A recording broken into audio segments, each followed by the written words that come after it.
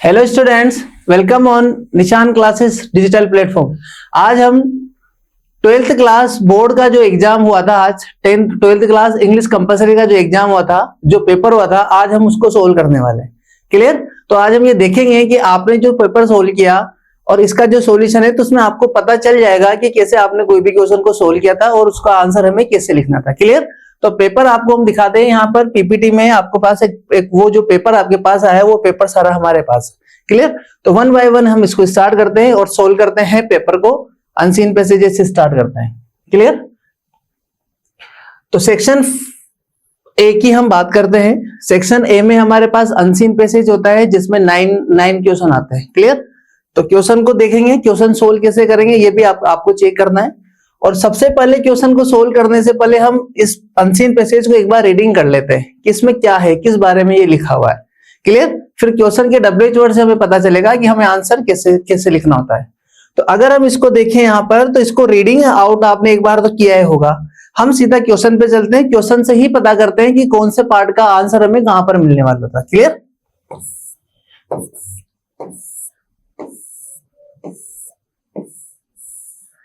Question यहां से start है। क्लियर?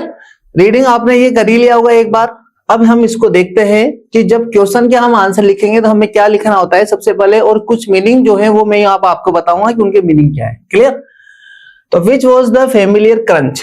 क्रंच का मतलब चरमराहट होती है। क्रंच का मतलब कोई भी चीज को हम क्रंची है ना कहते हैं कि ये वो क्रंची है। इसका मतलब कोई भी चीज को जब चरमर की कुछ आवाज आती है, कुछ कटक कटक की आवाज आती है, उसको हम यहाँ पर क्रंच बोलते हैं। क्लियर? अब बोल रहे हैं which was the familiar crunch. Familiar crunch क्या चीज थी। क्लियर? विच से जब भी क्वेश्चन होता है, अब हमें यहाँ पर ये ध्यान देना है कि विच से जब भी हम क्वेश्चन पुटअप करते हैं, तो विच से क्वेश्चन होता है तो हमें यहाँ पर नॉन लिविंग थिंग्स मिलती है। अगर हम इसकी बात करें, नॉन लिविंग थिंग्स, इसका मतलब यहाँ पर विच से क्वेश्चन हुआ है ना, वो किसी न किसी नॉन लिविंग थिंग की बात कर रहा है, निर्जीव वस्तु की बात कर रहा है। तो देखते हैं अब इसका अगर हम आंसर देखें, तो सबसे फर्स्ट वाली जो लाइन है उसमें चलते हैं। लिखा हुआ है the bus rolled in through the gates and crunched on the gravel. अच्छा, क्रंच्ड एक वर्ड आया है, जो वर्ब आ गए यहाँ पर। क्रंच का मतलब चरमराना या कुछ आवाज आना, चर की आवाज आना। On the gravel, the gravel का मतलब होता है बजरी, जिससे जो रोड बनाई देगी काम आती है ना, छोटे मोटे जो पत्थर मिलके होते हैं उनको हम बजरी कहते हैं। Clear? It was always the familiar crunch. अब देखो यहाँ पर एक लाइन लिखी हुई है, मैं आपको बता रहा हूं क्वेश्चन आंसर को सोल्व कैसे करते हैं अनसीन पैसेज में। लिखा हुआ है it was always the familiar crunch. अब अगर आंसर हम देखें, वो जो फर्स्ट क्वेश्चन था उसका आंसर अगर हम देखें, तो यहां से आंसर है ये, it was always the familiar crunch. लेकिन अगर हम इसका केवल ये आंसर लिखें, तो इसका मतलब हमें समझ में नहीं आ रहा कि ये इट कौन है। अच्छा, अब देखो यहाँ पर इट एक प्रोनाउन है, इसका मतलब ये किसी न किसी नाउन के लिए यूज होगा। तो देखो इट से पहले द ग्रेवल लिखा हुआ है। अब आंसर लिखेंगे तो क्या होगा, विच के प्लेस पे आ जाएगा द ग्रेवल और आंसर बन जाएगा। तो देखो अगर हम इसका आंसर लिखें तो आंसर क्या होगा, देखो इसका आंसर अगर मैं ये लिखूं तो ये मेरी क्या है, ये मेरी हेल्पिंग वर्ब है और ये मेरा सब्जेक्ट है। ठीक है ना, सॉरी ये मेरा ऑब्जेक्ट है और ये यहां से सब्जेक्ट पूछ रहा है। तो आंसर क्या हो जाएगा, the gravel was the familiar crunch. ये हमारा आंसर होगा। ऐसे आपको अनसीन पैसेज के आंसर लिखने हैं। क्वेश्चन नंबर 2 की बात करेंगे। Who jumped out from the bus. बस से कौन बाहर कूदे। तो अब बस क्या की थी, अगर आपने अनसीन पैसेज पढ़ा हो तो उसमें लिखा होगा कि कुछ बच्चों की बस थी, जो बच्चे स्कूल से हैं और घर आते हैं तो उनकी बस थी। तो इसका मतलब चिल्ड्रन थे। तो यहां सीधा सीधा हमें पता चल जाएगा, children jumped out from the bus.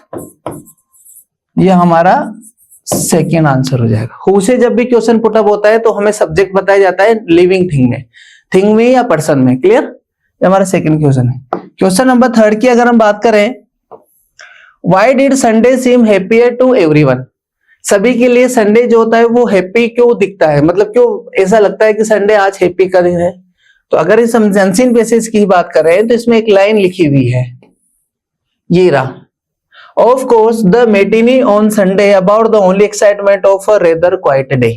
इसका मतलब बोल रहा है कि संडे जो होता है वो दूसरे जो दिन होते हैं दूसरे दिनों से भी अच्छा होता है, इसलिए संडे यहाँ पर क्या होता है। तो हम इसका अगर आंसर लिखें तो हम क्वेश्चन पे ही चलते हैं, क्वेश्चन पे ही चलते हैं। Why did Sunday seem happier to everyone, ऐसा लिखा है। तो क्वेश्चन से हम यहाँ से आंसर बनाते हैं। तो सबसे पहले हमें यहाँ पर सब्जेक्ट गिवन है, सब्जेक्ट गिवन है, तो why did Sunday seem happier to everyone. तो यहां से हम क्वेश्चन बनाएंगे तो संडे को तो आंसर होगा संडे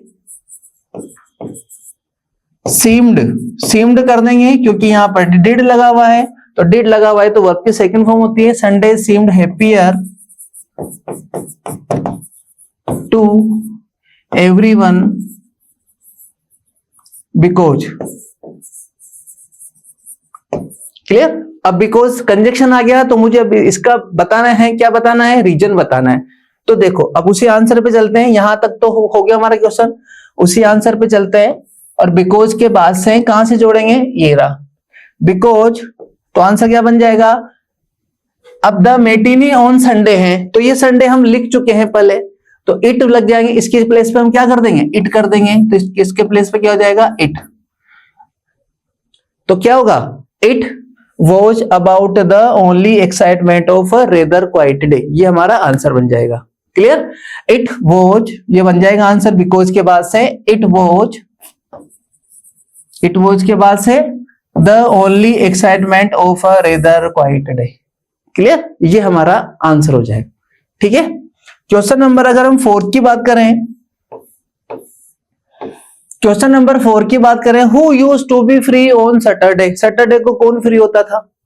अब यहां पर एक नरेटर के बारे में बता रखा है, एक लड़के के बारे में बता रखा है, तो वो और उसकी मदर दोनों क्या होते थे, दोनों ही फ्री रहते थे उस दिन। हमने पैसेज से पढ़ा हुआ है, ये रहा यहां पर देखो, अगर आप इस पैसेज को देखेंगे तो इस यहां वाले इसको पढ़ते हैं, फॉर हिम। अच्छा हिम है तो फिर कोई ना कोई लड़का होगा, कोई ना कोई मेल कैंडिडेट है। It was mainly the evening and fun at home with his mother, he had lost his father. अब वो जो नरेटर है जिसके बारे में हम बता रहे हैं, तो वो उसके फादर नहीं है। On other days there was always homework to do and dinner to prepare, but on Saturday they both were free.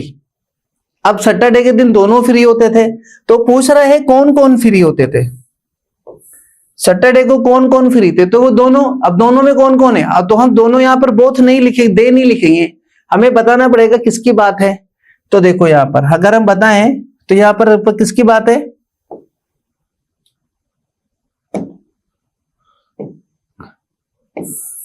तो हो जाएगा, अगर हम इसको माने तो the narrator and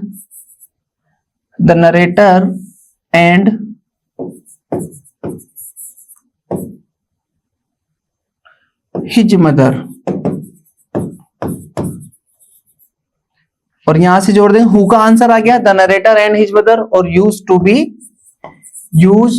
to be free on Saturdays, ये बन गया आंसर। अनसीन पैसेज सोल्व करने के लिए मैंने कहा WH वर्ड का आपको पता होना चाहिए, बस WH वर्ड क्या आंसर पूछ रहा है, हमें केवल वो आंसर देना है, हमें कोई फर्क नहीं पड़ता कि हमारा आंसर एक लाइन में है या 2 लाइन में। क्लियर। व्हाट डिड पीटर से, पीटर ने क्या कहा, तो देखो पीटर ने क्या कहा, तो वाली लाइन पे चलते हैं, पीटर ने क्या कहा, तो यहां पर लिखा हुआ है there was such a noise, they were having plans this morning, Peter said, Peter ने कहा, तो इसका मतलब पीटर ने ये स्टेटमेंट बोला है, ये वाला स्टेटमेंट। अच्छा ये स्टेटमेंट बोला है तो हम इसको देखें तो ये स्टेटमेंट एक पॉजिटिव सेंटेंस है, डिक्लेरेटिव सेंटेंस है। डिक्लेरेटिव सेंटेंस को जोड़ने के लिए हम डेट का कंजक्शन का यूज करते हैं। तो अब आंसर अगर हम इसका लिखें तो आंसर क्या होगा, अगर हम इसका आंसर देखें तो देखो आंसर क्या होगा इसका,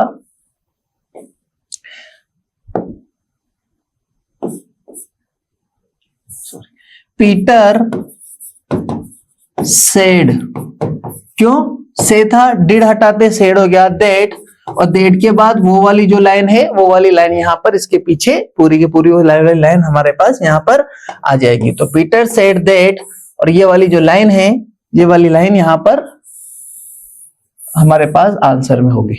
क्लियर? ऐसे अब आपको आंसर लिखना है। नेक्स्ट वाला क्वेश्चन देखते हैं। Question number 6, about whom did the narrator state in the अच्छा, इस पैसेज में नरेटर किसको स्टेट कर रहा है?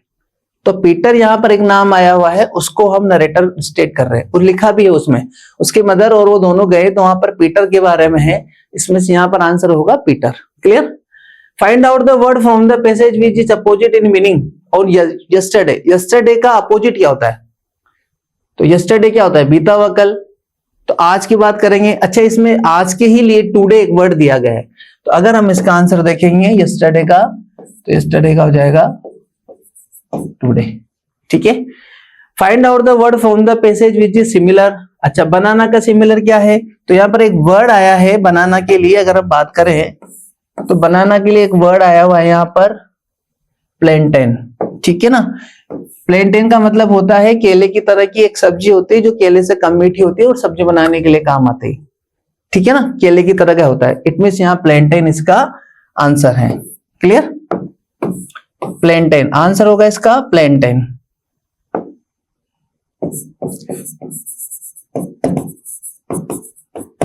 और प्राइमरी का मतलब यहां पर मेनली है, आंसर है यहां पर मेनली। एक वर्ड आया हुआ है यहां पर मेनली, चेक करना आपको वर्ड मिलेगा। क्लियर? तो ये अनसीन पैसेज फर्स्ट था। अनसीन पैसेज सेकंड को हम कंटिन्यू करते हैं। अनसीन पैसेज सेकंड में भी हम आपने एक बार इसको रीड कर लिया होगा। अनसीन पैसेज सेकंड में आपको एक बेनिफिट मिला है। अनसीन पैसेज सेकंड बेनिफिट मिला है कि एक वर्ड, एक दो क्वेश्चन आपको जो वोकेबलरी से पूछे जाते थे, कौन कौन से, एक सिमिलर वर्ड और एक अपोजिट, वो नहीं पूछा है, उसने सीधे क्वेश्चन आंसर पूछे। तो आपको बेनिफिट यहाँ पर ये मिल गया कि वो 2 नंबर हमारे जो थोड़े से कंफ्यूजन वाले होते थे वो हमें श्योर मिलेंगे। ठीक है? तो देखो, अब इसको हम चेक करते हैं। तो इसको रीडिंग कर लिया होगा हमने, कोई प्रॉब्लम नहीं है। हम क्वेश्चन आंसर पे चलते हैं और WH वर्ड से क्वेश्चन आंसर फाइंड आउट करने का ट्राई करते हैं। चलो, everyone should begin collecting a private library in youth, ये आपने कर लिया होगा। हम तो क्वेश्चन पे चलते हैं सीधे। लिखा हुआ है which is one of the greatest resources of Mankind. जो मैनकाइंड है, जो मानव है, उसके लिए सबसे बड़ा ग्रेटेस्ट रिसोर्स क्या है? तो अगर हम इसका आंसर देखें तो हमारे पैराग्राफ की जो फर्स्ट लाइन है उससे में इसका आंसर दे रखा है। Everyone should begin collecting a private library in youth, sorry,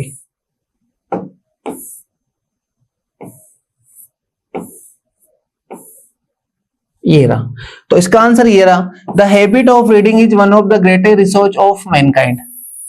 clear? लिखा हुआ है तो हमें कुछ नहीं करना। अब देखो, हमें यहाँ सीधा सीधा आंसर लाइन मिल रही है, पर फिर भी हमें एक चीज ध्यान रखनी है, हमें क्वेश्चन से ही आंसर बनाना है। तो देखो, आंसर अगर हम देखिए तो ये मेरा आंसर है, द हैबिट ऑफ रीडिंग। ठीक है? Is one of the greatest resource of Mankind. अब अगर क्वेश्चन पे जाएं, वहां भी अगर यही लिखा हुआ है तब तो हमें कोई प्रॉब्लम नहीं है। तो देखो, यहां पर ये लिखा हुआ है, कहा है which is one of the greatest resource of Mankind. तो हमारा आंसर विच पे ले आओ, तो विच पे लाते हैं, हमारा पूरा आंसर बन जाएगा। तो वो जो मैंने आपको लाइन बताई थी वो आपका आंसर है। Clear? What thing is like a guest in the house. कौन सी चीज है जो घर में एक गेस्ट हाउस की तरह, सॉरी, हाउस में गेस्ट की तरह है? तो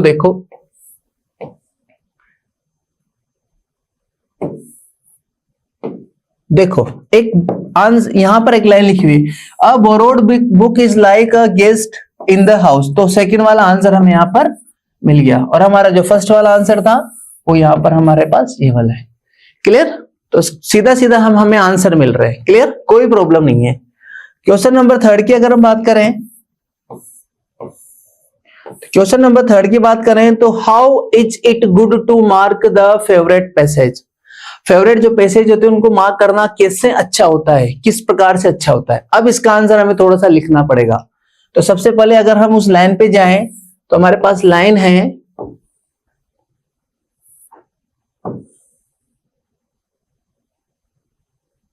ये रहा, इसको पढ़ते हैं। ये रहा, a good reason for making favourite passage in books in there this practice enable you to remember more easily the significant saying. ठीक है? तो यहां पर आंसर अगर हम देखें तो यहां से देखो, ये यहां से ये वाला है, उसके बाद एंड देन लेटर, हाँ ये हमारा आंसर है। क्लियर। अब इस आंसर को मुझे वहां पर जोड़ना है, तो मुझे जोड़ना है तो मुझे क्या करना पड़ेगा, सब्जेक्ट से स्टार्ट करना पड़ेगा और आंसर हम करेंगे। तो देखो अब इसका अगर हम आंसर लिखें तो आंसर क्या होगा इसका, तो आंसर हम यहां से ऐसे लिखेंगे, इट इज गुड। अब यहां से लिखेंगे हम इसको, तो ऐसे लिखेंगे, it is good to mark the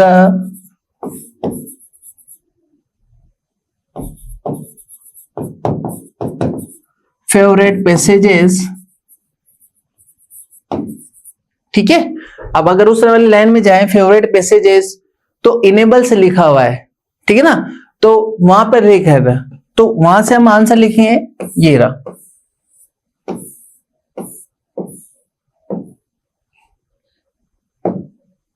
ये रहा। प्रैक्टिस तो लिखेंगे टू प्रैक्टिसिंग,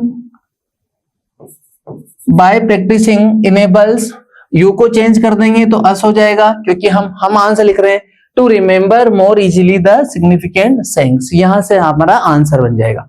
क्लियर। तो आपको ऐसे क्वेश्चन आंसर वहां पर मर्ज करना है। क्लियर। क्वेश्चन नंबर अगर हम 4 की बात करें, question number 4, what is the best of mural decorations. तो अगर हम बात करें तो इसमें देखो ये लास्ट वाला जो पैराग्राफ है, लास्ट वाले पैराग्राफ में हम अगर वो लाइन देखें तो लास्ट वाले पैराग्राफ में हमें लाइन मिलेगी, लास्ट और इस वाले पैराग्राफ में ये रहा, ये लाइन देखो, the best of mural decorations is books, they are more varied in colour and appearance than they wallpaper. एक तो ये लिखा हुआ है, उसके बाद attractive, more attractive in design, ये भी लिखा हुआ है, and have the primary advantage of being separate personalities, ये भी लिखा हुआ है। अब इन तीनों को मुझे जोड़ना है, तो इन तीनों को मुझे एंड लगा के जोड़ देना है और आंसर बन जाएगा। तो आपका जो आंसर होगा वो यहां से होगा। तो आंसर अगर हम लिखें तो आंसर क्या होगा, तो देखो लिखो, the best of mural decoration, तो आंसर बनेगा यहां से, the best of mural decorations, the best of mural decorations are books. ठीक है ना। क्लियर। ये लिखा हुआ है, the best of mural decorations are books हो जाएगा। ठीक है ना। विच, तो फिर हम इसको जोड़ेंगे, are books which are, far more varied in colour and appearance than any wallpaper, ये भी आ जाएगा। उसके बाद अट्रैक्टिव इन डिजाइन, ये भी आ जाएगा। इसको एंड लगा के हम यहाँ पर पूरा का पूरा इसको जोड़ देंगे, मतलब अलग अलग जो विशेषता बता रखी है ना, सारी विशेषता हम अलग अलग करके इसको जोड़ देंगे, तो आपका ये आंसर बन जाएगा। क्लियर। अगर हम क्वेश्चन नंबर लास्ट की बात करें, how many books were in the narrator's room, तो नरेटर के बुक रूम में कितनी बुक थी, तो यहाँ पर लास्ट वाली लाइन में लिखा हुआ है, लास्ट वाली लाइन में अगर यहां पर देखिए 6000 बुक्स, तो आंसर क्या हो जाएगा इसका,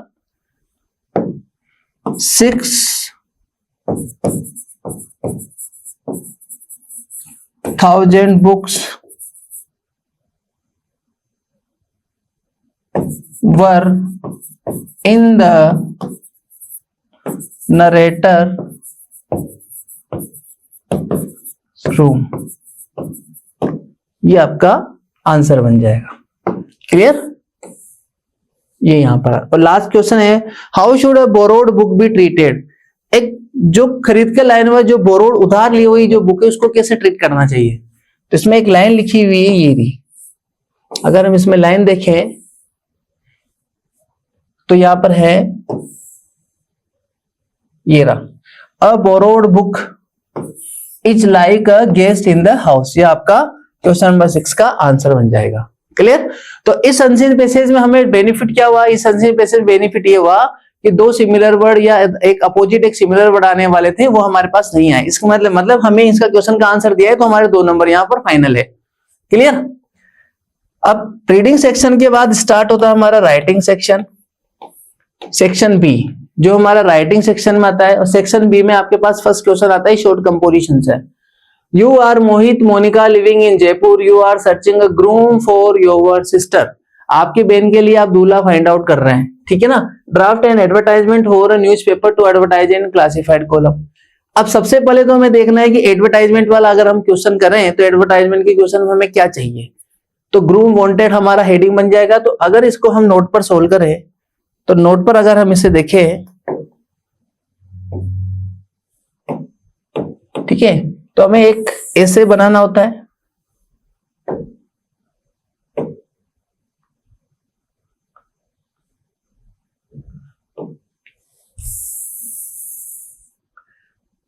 एक ऐसे डायग्राम बनाना होता है, ऐसे ब्लॉक बनाना होता है, क्योंकि ये क्लासिफाइड एडवर्टाइजमेंट है। क्लियर। क्लासिफाइड एडवर्टाइजमेंट में सबसे पहले हेडिंग मेंशन करनी होती है। तो हेडिंग क्या हो जाएगी, ग्रूम ढूंढ रहे हैं तो ग्रूम वांटेड, ठीक है, ये हमारी हेडिंग हो जाएगी। और अब वांटेड है, ढूंढ रहे हैं, तो फिर वांटेड से स्टार्ट करेंगे। तो wanted a groom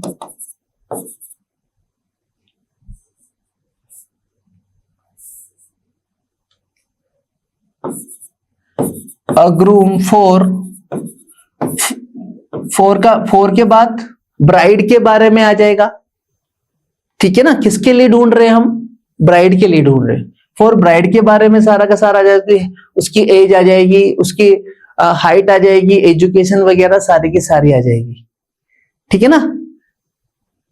wanted a groom for इसके लिए, ठीक है ना।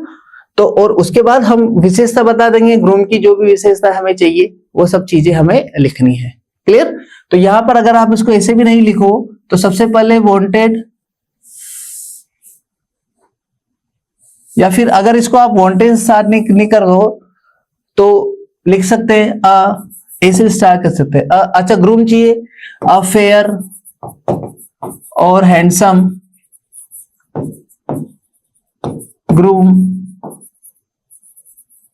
ठीक है ना। एज डाल दो 25, इसकी जो भी हाइट है वो डाल दो, ठीक है ना। एजुकेशन वगैरह डाल दो। डालने के बाद फिर लिखेंगे फोर, और फोर के बाद अब यहाँ पर जो लिखेंगे वो ब्राइड के लिए लिखेंगे कि ब्राइड क्या क्या क्वालिटीज है उसमें, वो सारा का सारा हम इसके लिए यहाँ लिख देंगे। क्लियर। अब आपको अरेंज मैरिज करवानी है या डिसेंट मैरिज करवानी है वो भी हम यहाँ पर मेंशन कर सकते हैं, और एड्रेस और कॉन्टेक्ट नंबर लिखकर हमें इसको पूरा सोल्व करना होता है। क्लियर।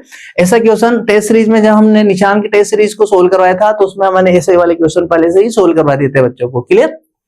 अगर हम इसका सेकंड क्वेश्चन देखें तो सेकंड क्वेश्चन है, you are Pawan Pooja student of class 12th, write your opinion in favour of women education.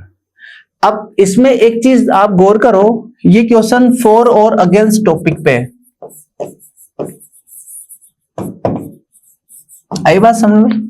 अब सबसे इंपॉर्टेंट बात है, इसने पहले ही लिख दिया इन फेवर ऑफ वुमेन एजुकेशन। इसका मतलब आपको केवल 4 टॉपिक डाल के, अगर हम नोट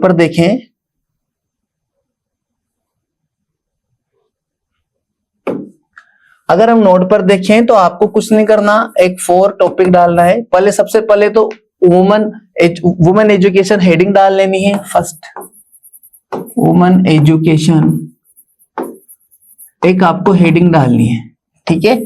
उसके बाद 4 लिखना है और सारा का सारा वुमेन एजुकेशन के बारे में लिखना है, उसके फेवर में लिखना है। अगेंस्ट में कुछ नहीं लिखना है, क्योंकि उसने क्वेश्चन में दे रखा है कि आपको केवल सारे फेवर में लिखना है। तो वुमेन एजुकेशन के बारे में सारा का सारा बताना है। वुमेन एजुकेशन हमारे लिए नीड क्यों है, आजकल की जनरेशन की वुमेन्स है वो आगे बढ़ रही है, एजुकेशन में देखो या मेडिकल में देखो, ये सब आपको उसकी थ्योरी लिखनी है, ठीक है। ये थ्योरी आपको लिखनी थी, क्योंकि मैं अगर थ्योरी लिखूंगा तो वो मेरे हिसाब से लिखूंगा। यहां पर इसमें कोई फर्क नहीं पड़ता, बस सब्जेक्ट वर्ब एग्रीमेंट जो टेंस का हमारे पास कॉन्सेप्ट होता है वो आपको यहां पर सही रखना होता है। क्लियर। क्वेश्चन नंबर अगर हम 4 की बात करें तो question number 4, your school organise an educational tour to Jaipur. अच्छा, आपके स्कूल ने एक एजुकेशनल टूर ऑर्गेनाइज किया है जयपुर के लिए। Right a report in about 100 words for the second magazine using the giving hints and your experience. आप जो टूर पे गए थे तो वहां क्या क्या किया वो सारा का सारा आपको रिपोर्ट लिखनी। अब मैं इसको एक बार देखूं तो ये एजुकेशनल टूर का एक पैराग्राफ है, अगर मैं एक रिपोर्ट को देखूं तो ये एक पैराग्राफ है कि एक पैराग्राफ लिखा है आपने, एक हिंदी में भी अगर मानो तो हिंदी में शैक्षणिक भ्रमण के नाम से होगा ये। अब वो सारा का सारा आपको यहाँ लिखना है, बस लिखना कैसे, स्टार्ट कैसे करना है वो मैं एक बार आपको बता देता हूँ, बाकी इसमें कुछ नहीं है। तो अगर इसको देखें तो इसको कैसे लिखा, अच्छा इसमें पहले तो क्या क्या चीजें पॉइंट हमें दे रखी है, डे एंड डेट दे रखा है, मोड ऑफ ट्रेवलिंग किससे गए आप वो दे रखा है, पार्टिसिपेंट्स आपने वहां पर क्या क्या पार्टिसिपेशन किया, गाइड कौन था, प्लेसेस कौन कौन से गए थे, एजुकेशनल इंपोर्टेंस क्या क्या थी, ये सब चीजें। अब देखो इसको लिखना कैसे, तो सबसे पहले तो हम हेडिंग यहाँ पर मेंशन कर लेते हैं। हेडिंग क्या है हमारे पास, एजुकेशनल टूर। अब इसकी हमें क्या लिखनी है, एक रिपोर्ट लिखनी है। तो रिपोर्ट लिखेंगे तो नोट पे चलते हैं, कैसे लिखेंगे देखना। रिपोर्ट जब भी लिखो तो सबसे पहले आपके पास जो हेडिंग होती है ना, तो हेडिंग होती है तो आप उस हेडिंग को ऐसे लिख सकते हैं, रिपोर्ट ऑन, और रिपोर्ट ऑन के बाद वो जो हेडिंग हमने वहां पर मेंशन की थी वो हेडिंग आपकी यहां पर आ जाएगी, एन एजुकेशनल टूर। क्लियर। इसके नीचे लिखी किसने, अब उसमें मेंशन कुछ भी नहीं दे रखा, और आपका स्कूल गया है तो सपोज दैट आप एक स्टूडेंट ने लिखी तो लिख दो बाई के पास स्टूडेंट का नेम लिख दो बाई के साथ, और वो स्टूडेंट कौन सा है मतलब उसकी आइडेंटिफिकेशन में लिखनी है, तो क्लास लिख दो, क्लास 12th A B जो भी है, ठीक है, इसको ऐसे ब्रैकेट में बंद कर दो। और उसके बाद ना से लाइन छोड़ के डेट, प्लेस एंड डेट लिखनी है, तो प्लेस लिख दो जहां की भी स्कूल का, अगर प्लेस नहीं दे रखा हो तो हम प्लेस खुद लिख देंगे, भाई हमारा स्कूल कहां पर है, तो लिख दो। स्टार्ट अगर हम करें तो ऐसे कर सकते हैं, जैसे कोटा लिख दो, कोटा, और अब स्टार्ट कब है तो मतलब इसको डेट, आज की डेट अगर मैं यहां मेंशन करूं, सपोज डेट में आज की डेट मेंशन करता हूं तो 10th मार्च। क्लियर, यहां से 10th मार्च। अब क्या लिखा, तो स्कूल गया है एजुकेशनल, उस पे कब गया है, हफ्ते पर पहले गया होगा, 2 दिन पहले गया होगा। क्लियर, तो हम उसको लिख देंगे, तो लिख देंगे। अब स्कूल गया है तो स्कूल का नेम लिख दो, तो लिख दो कुछ भी, अगर हम लिखे Pratap senior secondary school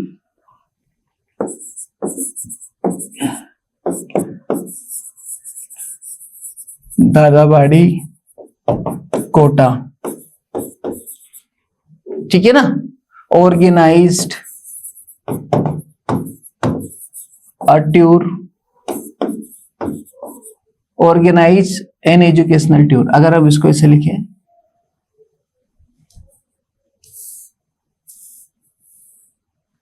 organised an educational tour on. अब ये टूर हो गया, होने के बाद ही हम रिपोर्ट लिख रहे हैं, तो आज डेट 10 डाली है तो इसको 2-3 दिन पहले के डालते, तो 7th मार्च 2025 ऐसे लिख दो। अब इसके बाद कुछ, अब आप इसके बाद जो क्या क्या कहा गए, क्या किया, वो जो पॉइंट हमने लिखे थे ना, डेट एंड टाइम देना जरूरी है, तो डेट हमने दे दी, ये सब चीजें हमें यहाँ लिखना जरूरी है। उसके बाद तो इस रिपोर्ट को बस क्या क्या हुआ वो हिंट यूज करते जाओ और इसको लिखते जाना है। ये आपका रिपोर्ट है ना, इजी है। पैराग्राफ में जैसे लिखते थे वैसे ही हमें यहाँ रिपोर्ट में लिखना है। और क्वेश्चन नंबर अगर हम सेकंड की बात करें, right a paragraph in about 100 words benefits of morning walk. अरे बहुत इजी है, आप मत लिखो रिपोर्ट को नहीं आता हो तो कोई प्रॉब्लम नहीं। अब मॉर्निंग वॉक के बेनिफिट आपको पता है क्या होते हैं, मॉर्निंग वॉक के बेनिफिट, ठीक है। प्रेजेंट में सारा का सारा हमें ये सारा का सारा लिखना होता है। तो अगर हम रिपोर्ट लिखेंगे तब भी क्या होगा, हमें सबसे पहले हेडिंग मेंशन करनी है, तो हेडिंग हमने मेंशन कर दी और डायरेक्ट उसका आंसर लिखेंगे। इसमें कोई ज्यादा कुछ बताने का है ही नहीं, है ना। और ये सब बहुत इजी आया है, आपके राइटिंग पार्ट भी बहुत इजी। क्वेश्चन नंबर 5 की अगर हम बात करें तो question number 5, write a letter to the editor of a local daily newspaper to draw the attention of authorities about the street lights that are not in working condition for many days in your locality Ganesh Nagar Jaipur. अब सबसे important letter में लिखने की बात ये होती है, सबसे पहले तो हमें 4-5 चीजें होती है। एक तो सेंडर का एड्रेस होता है, तो सेंडर तो यहाँ कोई नहीं दे रखा, हमें नहीं पता कौन है, तो वो खुद को मानना पड़ेगा। हाँ, यहाँ पर हम एक चीज देख सकते हैं, तो वो देख सकते हैं कि हमें रिसीवर का एड्रेस में क्या लिखना है। इसमें लिखा हुआ है write a letter to the editor, तो लिख दिया इसने द एडिटर, आपका क्या हो गया, रिसीवर हो गया, रिसीवर का डेजिग्नेशन हो गया। Of a daily local daily newspaper लिख दिया इसने, of a local daily newspaper. Local daily में कुछ भी लिख दो, राजस्थान पत्रिका, दैनिक भास्कर, कुछ भी लिख दो, ठीक है। कहाँ की लिखनी है, जयपुर की, बहुत इजी है। अब मैं इसका केवल ऊपर का वो जो फॉर्मेट होता है वो लिख के बता देता हूं, उसके बाद आप बॉडी पार्ट आपने क्या लिखा होगा वो आपको पता है, इसमें कुछ भी नहीं है, क्लियर। तो कैसे लिखेंगे तो उसको देखो। अगर हम लेटर लिखिए तो एड्रेस सबसे पहले सेंडर का एड्रेस आता है, तो सेंडर का जो एड्रेस होता है उसको हम लिख सकते हैं। हम मेरा खुद का एड्रेस अगर हम हमारा लिखिए तो लिख दे 1041 ए आर के पुरम, और मैं लिख दू इसको कोटा। ये हो गया मेरा एड्रेस। डेट मेंशन कर दो, आज की डेट मेंशन कर दो 10 मार्च 2025।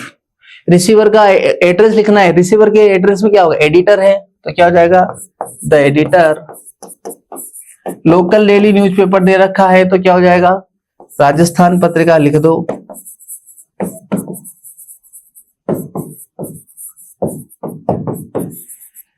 ठीक है, जयपुर उसने हमारा डेजिग्नेशन दिया है तो जयपुर लिख दो। सब्जेक्ट की बात है तो सब्जेक्ट लिख दो। सब्जेक्ट कहां से मिलेगा, क्वेश्चन से मिल जाएगा, क्वेश्चन में लिखा हुआ है सब्जेक्ट। सब्जेक्ट की अगर हम बात करें तो सब्जेक्ट लिखा हुआ है, ये रहा about the street lights that are not in working condition. अब सब्जेक्ट बनाना है तो सब्जेक्ट इतना बड़ा नहीं बनेगा। अच्छा, किसके लिए बना रहे हैं हम, draw the attention of authorities, का ध्यान आकर्षित करने के लिए, मतलब कंप्लेन करना है तो लिखो कंप्लेन अबाउट। सब्जेक्ट की अगर हम बात करें तो सब्जेक्ट यहां आकर इसका बात करें यहां हो जाएगा कंप्लेन अबाउट, क्या कंप्लेन है, the street lights, poor street lights. अच्छा, पुअर का मतलब खराब कंडीशन है, पुअर स्ट्रीट लाइट्स कहां पर, कहां पर, गणेश नगर में, तो इन लिख देंगे इन गणेश नगर, बस खत्म। अगर हम यहां पर नहीं आ रहा तो इसके नीचे लिख देंगे इन गणेश नगर, खत्म। ये हमारा क्या बन गया, सब्जेक्ट बन गया। और बाकी एडिटर है तो सर, और एडिटर का जब हम आंसर स्टार्ट करते हैं तो हम वहां पर एक लाइन स्टार्ट करते हैं, आंसर की हम एक लाइन स्टार्ट करेंगे।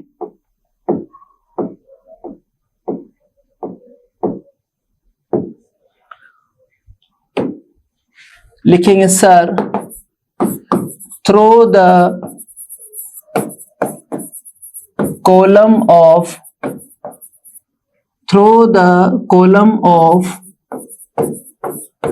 योर स्टीम्ड न्यूज़पेपर, ऐसे स्टार्ट करेंगे इसको, your esteemed newspaper I want to draw the attention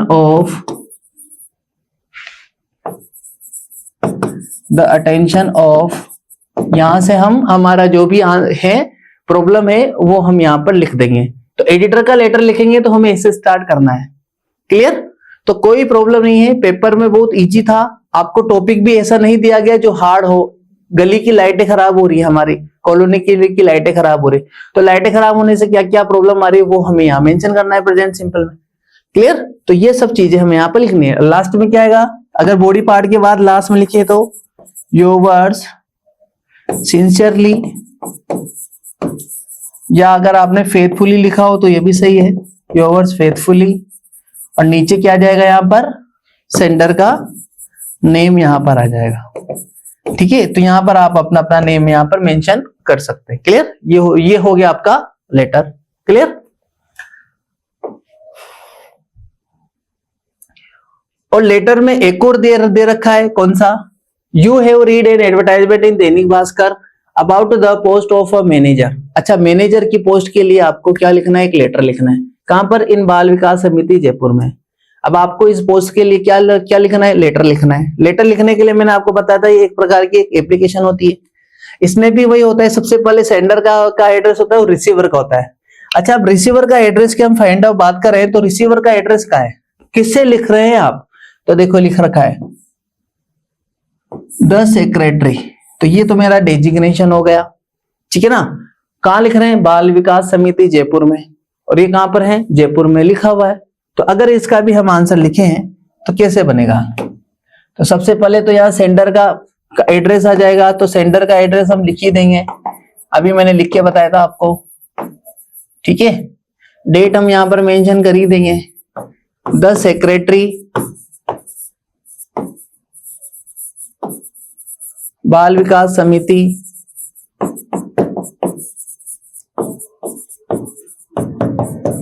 और क्या जाएगा? जयपुर आ जाएगा। सब्जेक्ट की अगर बात करें तो ये एक एप्लीकेशन होती है, एप्लीकेशन होती है तो लिखते हैं इसमें, सब्जेक्ट फिक्स रहता है इसमें, application about the application for the post of, application for the post of, किसकी पोस्ट के लिए था? मैनेजर की पोस्ट के लिए। ये हो गया आपका सब्जेक्ट,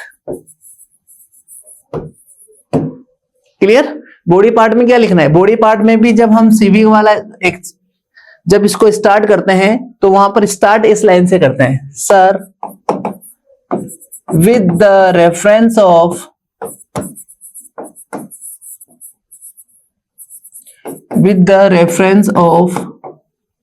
योर एडवर्टाइजमेंट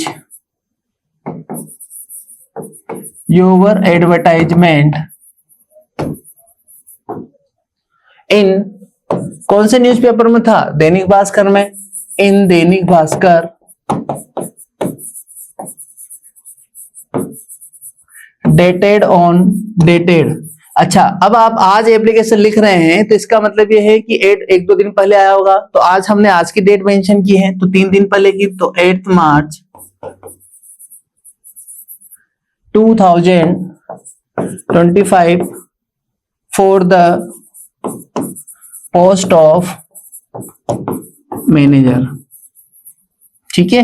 अब इसके बाद आप अपने बारे में बताओ, आपने क्या क्या क्वालिफिकेशन कर रखी है और क्या क्या चीजें आपको, और इसमें ये भी हम बोलेंगे कि हमने इसमें सीवी भी ऐड किया हुआ है, तो सीवी लिखने के लिए भी हमें पता है सीवी हमें कैसे लिखा जाता है, क्लियर।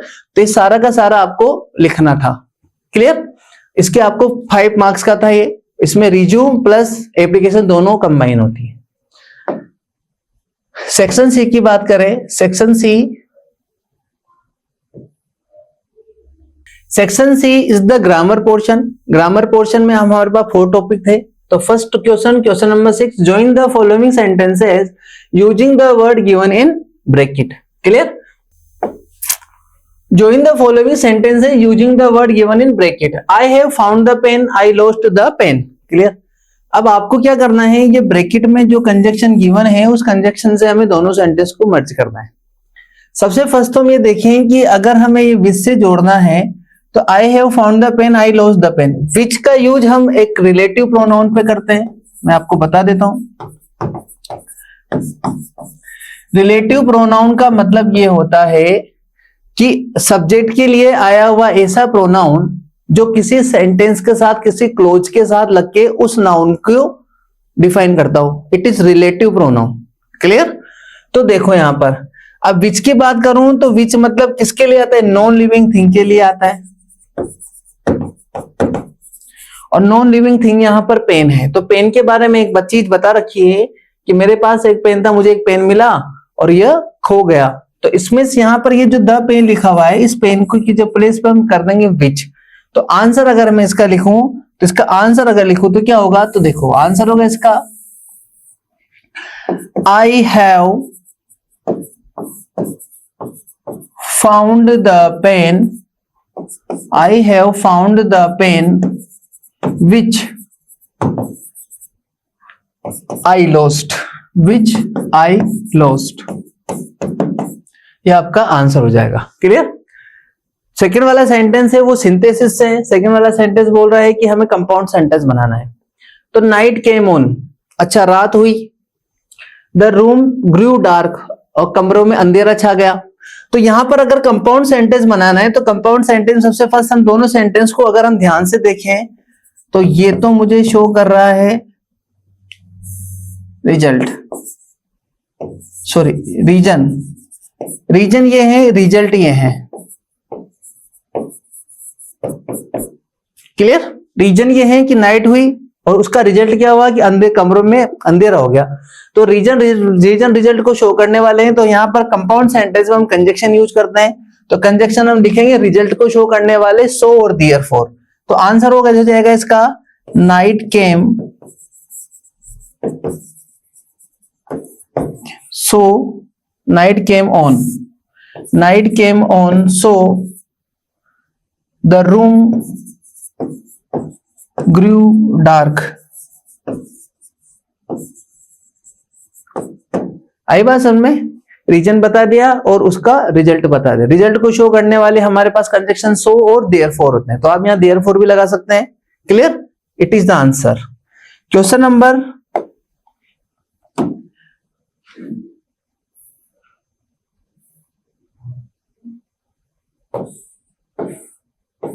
क्वेश्चन नंबर 8 की बात करें। क्वेश्चन नंबर 8 फ्रेजर वर्ब्स हैं।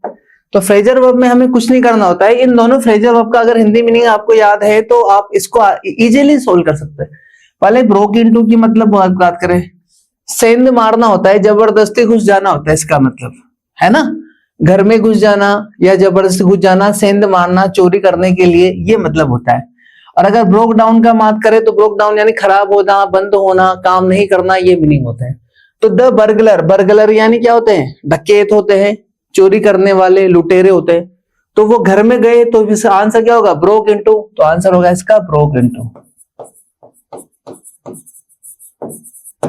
क्लियर? पता चल रहा है सीधा सीधा।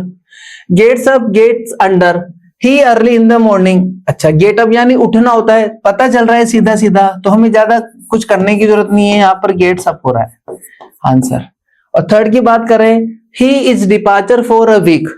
पुट ऑन का मतलब पहनना होता है, एक सेंटेंस। तो पुट ऑफ का मतलब उतारना होता है, लेकिन पुट ऑफ का मतलब टालना भी होता है, स्थगित करना, टालना भी एक मतलब होता है पुट ऑफ का। ठीक है? आंसर होगा यहाँ पर ही put off his departure for a week. उसने उसका जो जाना था ना, जो रवानगी थी, जो जाता यहाँ से वो उसने टाल दिया। कब के लिए? एक वीक के लिए। तो आंसर होगा यहाँ पर पुट ऑफ। ये हमारा आंसर है। क्लियर? और अगर हम कंजक्शन की बात करें तो बर्ड्स फ्लाई, फिश स्विम। अच्छा, दो कंजक्शन दे रखे हैं, सो यानी इसलिए, एंड यानी और। अगर हम इस सो को लगाएं तो क्या होगा? बर्ड्स, पक्षी उड़े इसलिए फिश तैरती है, ऐसा थोड़ी है, नहीं। पक्षी उड़ते हैं और फिश तैरती है, ये है। तो आंसर होगा and. He was sleeping, I was reading a book। दो पास कंटिन्यूस हो रहे हैं और सब्जेक्ट दोनों के अलग अलग हैं, तो आंसर होता है वाहिल। तो कंजक्शन है यहाँ पर वाहिल। और अगर यहाँ की बात है, Raju is an intelligent boy, a good player. तो राजू, और अगर हम इसकी देखें तो एज नहीं हो सकता। एज जब यूज करते हैं जब हम कंपेरेटिव डिग्री का यूज करते हैं, जब दो व्यक्तियों के बीच में कंपेयर कर रहे हो। एज तो यहाँ पर हो ही नहीं सकता, लेकिन नॉट ओनली बट ऑल्सो हो सकता है। हाँ, कि राजू इज न केवल इंटेलिजेंट है बट ऑल्सो एक गुड प्लेयर भी है। तो आंसर इज नॉट ओनली और बट ऑल्सो यहाँ पर आंसर होगा। तो answer is not only but also. Clear? ये हमारे ग्रामर के आंसर है। तो मुझे यहाँ पर जहां तक लग रहा है कि ग्रामर इतनी हार्ड नहीं थी, बहुत इजी ग्रामर थी। 10 में से 10 मार्क्स यहाँ पर आपके कंप्लीट मुझे लग रहा है यहाँ पर आपको मिलेंगे। सेक्शन डी की बात करते हैं। सेक्शन डी में अब कुछ बताना नहीं है। सेक्शन डी में आपके सीन पैसेजेस आ रहे हैं। सीन पैसेजेस की बात कर लेते हैं। जरा सा सीन पैसेज दिया हुआ है, 5 लाइन का सीन पैसेज आपको दिया हुआ है। गांधी जी वाला जो टॉपिक है इंडिगो, उसमें से दिया गया है और बहुत इजी क्वेश्चन पूछे। और सबसे इंपॉर्टेंट बात आपकी यहाँ क्या है कि 2 क्वेश्चन जो आपके वोकेबलरी से पूछे जाते थे, वो दोनों क्वेश्चन जो है वो नहीं पूछे हैं वोकेबलरी से, वो सीधा पैसेज से ही पूछ लिए गए। तो 2 मार्क्स आपको यहाँ पर मिलने के भी पूरे चांसेस है। क्लियर? स्टार्ट करते हैं। Capital of Champaran was, Champaran की राजधानी क्या थी? मोतीहरी लिखा हुआ है। Motihari the capital of Champaran. तो answer is Motihari. Clear? Second वाले सेंटेंस की अगर हम बात करें तो सेकंड वाला सेंटेंस क्या बोल रहा है? Where did vast multitude greet, Gandhi ji को मिलने कहाँ आई बहुत सारी? तो रेलवे स्टेशन पर मिलने आई थी, ये हमारा आंसर है। Who had been maltreated, किसको बुरी तरीके से पीटा गया था? तो वहां था एक किसान को बहुत पूरी तरीके से पीटा गया था। आप आंसर चेक कर लेना। क्लियर? मुझे चैप्टर पूरा याद है, इस वजह से मैं आपको आंसर डायरेक्टली बता रहा हूं यहाँ पर। Who started out on the back of an elephant? हाथी की पीठ पर बैठकर कौन रवाना होने के लिए तैयार हुए थे? तो गांधी जी यहाँ पर तैयार हुए थे। तो आंसर होगा Gandhi. Which place Gandhi use as his headquarter? Headquarter किस जगह को बनाया था? एक घर को उन्होंने हेडक्वार्टर बनाया था। और who ordered Gandhi to return to town? किसने गांधी जी को लौटने के लिए? सुपरिटेंडेंट मैसेंजर में। इतना इजी पेपर था ये, मतलब मुझे लग नहीं रहा कि आपको कहीं ना कहीं भी प्रॉब्लम आई होगी। जहां प्रॉब्लम आई होगी वो प्रॉब्लम आपकी सॉर्ट आउट हो गई होगी यहां से। क्यों? इसमें दो क्वेश्चन आने वाले थे सिमिलर वर्ड के और अपोजिट के, जो नहीं आए। क्लियर? वो दोनों भी आपको आंसर यहां पर मिल गए हैं। नेक्स्ट क्वेश्चन की बात करते हैं हम। क्वेश्चन नंबर 11 क्या लिखा हुआ है? Answer any one of the following question about 60 words. Mister Hamel के बारे में लिखा हुआ है और रेड ट्रैप सेलर के बारे में लिखा हुआ है। और ये मैंने आपको, जब आप जो स्टूडेंट ऐसे हैं जो निशान क्लासेस से पढ़ रहे हैं, निशान डिजिटल से हैं, उन स्टूडेंट को पूरा का पूरा पेपर, यहाँ पर क्वेश्चन एक भी क्वेश्चन ऐसा नहीं है जो यहाँ पर हमने टेस्ट सीरीज में नहीं दिया हो। टेस्ट सीरीज में पूरा का पूरा यहाँ तक कि अनसीन पैसेजेस भी आपको मिलेंगे। और सेकेंड, यहाँ पर जो मैंने आपको एक्सप्लेनेशन के लिए पैराग्राफ दिया है वो भी मिलेगा। 101% हमारा सिलेबस बैठा हुआ है इसमें। देखो, describe mister Hemal. Mister Hamel के बारे में बताना है। कौन थे मिस्टर हेमल? तो मिस्टर हेमल के बारे में पूरा बताना है हमें। ठीक है? कौन है मिस्टर हेमल? ये फ्रेंच के जो टीचर थे वो मिस्टर हेमल के बारे में बताना है। पता है आपको, फ्रेंच टीचर थे, फ्रेंच पढ़ाते थे। उन्होंने बताया अल्सास एंड लोरेन में कल से जर्मन पढ़ाई जाएगी, तो उन्होंने अपना लास्ट चैप्टर पढ़ाया। फिर उन्होंने फ्रेंच के बारे में बहुत सारी चीजें, लैंग्वेज बताया कि सबसे ज्यादा अच्छी, सुंदर और सबसे ज्यादा लॉजिकली ये लैंग्वेज है। ये सब चीजें, ये सब उनके बारे में बताना है। Red trap seller, chapter number 4 की बात करते हैं। रेड ट्रैप सेलर कौन था? चूहेदानी बेचने वाला, उसके बारे में पूरा बताना है। पूरा सब कुछ पता होगा आपको, चैप्टर हमने बहुत अच्छी तरीके से पढ़ा हुआ है। After the following question in answer the following question in 20-30 words. What did happen when the narrator started down a third time? तीसरी बार जब वो अंदर पानी में गया तो क्या हुआ था? तो हमने देखा तीसरी बार जब वो गया था तो दूसरी बार तक तो उसका माइंड और हार्ट दोनों बोल रहे थे कि वो जिंदा हैं, लेकिन थर्ड बार में उसके माइंड और हार्ट ने बिल्कुल काम करना बंद कर दिया। उसको कुछ नहीं पता था कि थर्ड टाइम पर उसके साथ क्या हुआ। बस इतना सा आंसर देना है, 20-30 वर्ड्स में देना है। What was Saheb full name? Saheb का फुल नेम क्या था? साहेब ए आलम। बस खत्म। And what was the meaning of his name? उसके नेम का मीनिंग क्या था? लॉर्ड ऑफ यूनिवर्स उसके मीनिंग का नेम था। ये दो चीजें बतानी है बस आपको। Explain any one of the following stanza with reference the context. अच्छा, इसमें क्या था? The little old house was out with a little new set. Chapter poem number 4 आपकी है road side stand. Robert Frost की पोएम है, बहुत अच्छी पोएम है। फर्स्ट स्टेंजा दे रखा है कि लोग वहां के जो रोड साइड स्टैंड लगाने वालों ने वहां एक रोड साइड स्टैंड लगा रखा है, जहां से उन्होंने रोड साइड स्टैंड ऐसी जगह लगा रखा है जहां बहुत सारा ट्रैफिक निकलता है।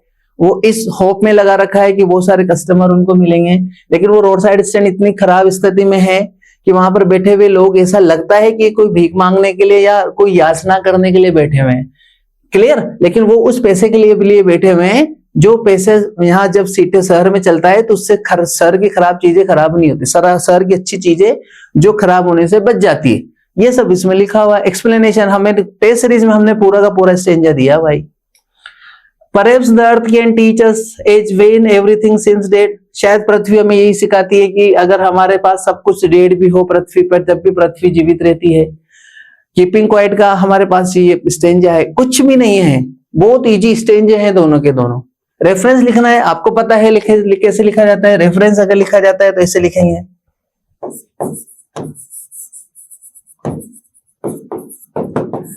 these lines have been taken from the poem। Poem का नाम लिखना है, क्या नाम है? अगर आप इसको सोल्व कर रहे हो तो कीपिंग क्वाइट लिख देंगे। Composed by Robert Frost.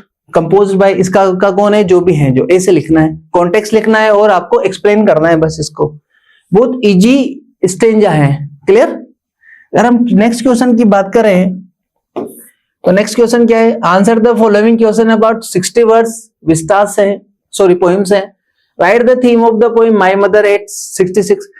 Unseen हमारे जो टेस्ट सीरीज के पेपर में सेम का सेम क्वेश्चन में हमने ये दिया हुआ है कि माय मदर 866 की थीम क्या है, क्या बताना चाहती है कमला दास, क्या बताना चाहती है कमला दास? ये बताना चाहती है कि जब पर्सन ऐसी एज में पहुंच जाता है जहां पर उसकी एज हो जाती है कि हमें खुद हम सिक्योर नहीं होते कि ये रहेंगे या नहीं रहेंगे, तो उस एज में हमारे मन में क्या होता है, हम क्या सोचते हैं, हमें उनकी कितनी केयर करनी चाहिए, ये सब चीजें वो कमला दास बता रही है। Clear? Right the theme of the poem a road side stand. Road side stand की पोएम की थीम क्या है? थीम इसमें बताती है ऐसे पर्सन जो किसी के बहकावे में आकर किसी कोई भी उनको जाकर कोई भी हमारे पास जो पार्टी में जो लीडर है उनसे जाके कहता है कि भाई आपकी कंडीशन यहाँ खराब है, आप शहर में चलो, और शहर में जाके चल के आपको वो रोड साइड स्टैंड लगा लेते हैं, तो उनकी कंडीशन के बारे में पूरा बताया कि वो क्या क्या चीजें फेस करते हैं, ठीक है ना, और उनके यहाँ होने न होने से किसी को क्या फर्क पड़ता है, उन लोगों के साथ क्या होता है, ये सब चीजें इसमें दिखा रखी है। Answer the following questions in about 20-30 words. List the things of beauty mention in the poem. Beauty things कौन कौन सी है, कौन कौन सी ब्यूटी थिंग्स है जो मैंने मेंशन करा रखी है इसमें? क्या है? The sun, the moon, trees, old and young trees है, उसके बाद हम आगे वो कह रहे तो मस्क रोज है, उसके बाद डेफोडिल्स हैं, उसके बाद हम अगर बात करें क्लियर रील्स हैं, लवली टेल्स हैं, ये सब ब्यूटी थिंग्स में शो कर रखी है। Why were aunt Jennifer fingers fluttering, क्यों फड़फड़ा रही है उनके फिंगर्स, क्यों फड़फड़ाती है? क्योंकि अब वो क्या है, जिम्मेदारी आ गई, अंकल शादी के बाद उनके ऊपर जिम्मेदारी का बोझ आ गया है कि वो एज से पहले ही क्या हो गई है, इतनी वो बूढ़ी हो गई है कि अब वो जिस वूलन पर वो काम करती थी, जिससे उन्होंने टाइगर्स बनाए थे, वो टाइगर्स जिस सुई से बनाए थे वो सुई भी अब उनसे उठाई भी नहीं जा रही है। क्लियर? ये हमारे पास आंसर है। Answer the following questions in about 60 words. एक भी क्वेश्चन आंसर ऐसा नहीं था जिसका आंसर लिखने में आपको कोई प्रॉब्लम आए। Why did the narrator imagine the third level? Third level के लिए क्या इमेजिन करता है? तो वह एक बस निकलने का रास्ता है, वहां से हम ऐसी जगह जा सकते हैं जहां पर कोई भय नहीं हो, जहां पर कोई डर नहीं हो, जहां पर इनसिक्योरिटी नहीं हो, ठीक है ना, यहां पर इस जगह जा सकते हैं। यहां तक कि 1984 में भी हम जा सकते थे। Why did the narrator fail about with laughter? अच्छा, चैप्टर का नाम है कि we who are human beings में जब वो जो बामा है, जो बामा को क्यों हंसी चलती है, इस उसमें क्यों हंसी चलती है बामा को, बस ये क्वेश्चन। तो क्यों हंसी चलती है? एक ओल्ड एल्डरली पर्सन था, वो जिस तरह से वो जो बदाई जैसी चीज उसमें खाने के लिए लेके आ रहा था, तो जिस तरीके से उसने पैकेट पकड़ा हुआ था उसको देखकर उसको हंसी चली, सीधा सा आंसर है। क्लियर? अगर हम बात करें विस्तास की, question number 17, answer the following question is about 20-30 words. Why did Derry want to go to meet Mr. Lamb second time? दोबारा मिस्टर लेम से क्यों मिलने जाना चाहता था वो? क्योंकि मिस्टर लेम से मिलने के बाद उसके अंदर पॉजिटिव एटीट्यूड आया है। पहले वो सब कुछ नेगेटिव सोचता था, लेकिन अब उसके अंदर पॉजिटिव थिंकिंग आई है और वो लाइफ को लेकर अब पॉजिटिव हो गया है, इस वजह से उनसे मिलने जाना चाहता है। Do you agree with Sadao act? Explain. आप सदाओ ने जो काम किया है, वो जो एनिमी वहां से आया था, टॉम नाम का जो अमेरिकन आया था, उसको बचाकर क्या उसने सही किया है? तो आप एग्री हैं? तो हाँ एग्री हैं, क्योंकि सबसे मेन चीज है क्यों किया उन्होंने, क्योंकि उनके प्रोफेसर उनको हमेशा बोलते थे कि आपके लिए आपका पैशन ज्यादा जरूरी है। क्लियर? लास्ट वाला अल्टरनेटिव वाले क्वेश्चन है, इसमें थोड़ा सा एक दो क्वेश्चन थोड़े आपको कब थोड़े कंफ्यूज हुए होंगे, मैं आंसर बता देता हूं सबके। Choose the correct alternative. Who was Luisa? Luisa कौन थी? नरेटर्स की वाइफ थी। सेम की वाइफ नहीं थी, गेलफील्ड की वाइफ नहीं थी। How many rings were sent to Duraisani? Duraisani कितनी रिंग भेजी थी? 50 रिंग भेजी थी, 50 रिंग भेजी थी। Clear? For how many years Gondwana थी? गोंडवाना कितने सालों तक फला फूला? तो हमने देखा होगा वहां पर आंसर में 500 मिलियन ईयर तक वो गोंडवाना फला फूला था। The name of the Russian research vessel watch, ये क्वेश्चन कंफ्यूज किया है बच्चों को। तीनों नाम सेम है लेकिन स्पेलिंग गलत है। अब स्पेलिंग किसकी सही है? तो ऑप्शन नंबर सी आपका बिल्कुल सही है। जिसने ध्यान से पढ़ा है इसको, ऑप्शन नंबर सी है, बाकी कंफ्यूज हुए होंगे। क्लियर? क्योंकि ये और ये दोनों सेम है। इसका तो चलो ठीक है कोई बात नहीं, पर इन दोनों में भी ये वाला आपका बिल्कुल का सही है। What was the full name of Sadao? Sadao का नेम भी डॉक्टर सदाओ होकी था, ठीक है ना, option number C.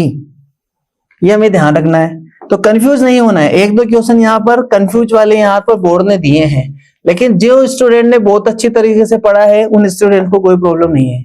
हानास baby boy was nearly, clear, 3 month old, 3 महीने का था वो, ठीक है। ये वाला क्वेश्चन भी थोड़ा सा आपको कंफ्यूज किया होगा।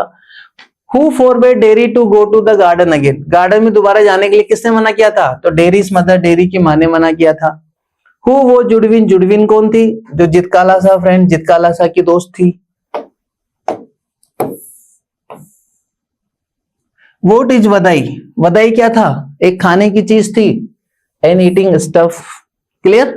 तो ये आपका 12th class board English compulsory 12th class का पेपर मैंने आपको यहाँ पर पूरा सोल्व बता दिया। पूरा सोल्व का मतलब आपको हिंट बता दिए कि आपने कैसे कैसे क्या क्या किया होगा और कहां पर आपके मार्क्स कैसे न कैसे होंगे।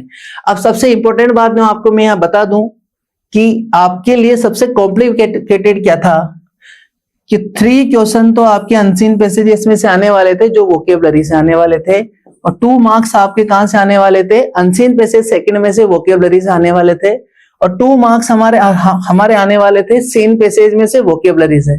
लेकिन यहाँ पर बोर्ड ने बहुत अच्छा काम आपके ये किया है कि ये यहाँ पे इसकी जगह पर वोकेबलरी की जगह पर यहाँ पर क्वेश्चन आंसर दे दिए। तो 4 मार्क्स जो हमारे यहाँ कटने की उम्मीद थी वो 4 मार्क्स हमारे यहाँ जुड़ने की कंप्लीट 101% उम्मीद है। और 3 मार्क्स यहाँ पर हैं, वो 3 मार्क्स में भी हमारे पास अनसीन पैसेज में इतना हार्ड नहीं था जो हमें प्रॉब्लम क्रिएट हुई हो, क्लियर। तो ये आपका पेपर सॉल्यूशन है, और नेक्स्ट वाला पेपर जब भी होगा उसका सॉल्यूशन भी आपको यहाँ इसी प्लेटफॉर्म पे मिलेगा। तब तक तैयारी करते रहिए अच्छी तरह से और बने रहिए निशान से, और निशान होगा तो आपके पास जो भी समस्या होगी आपका उसका सॉल्यूशन तुरंत मिलेगा। Thank you.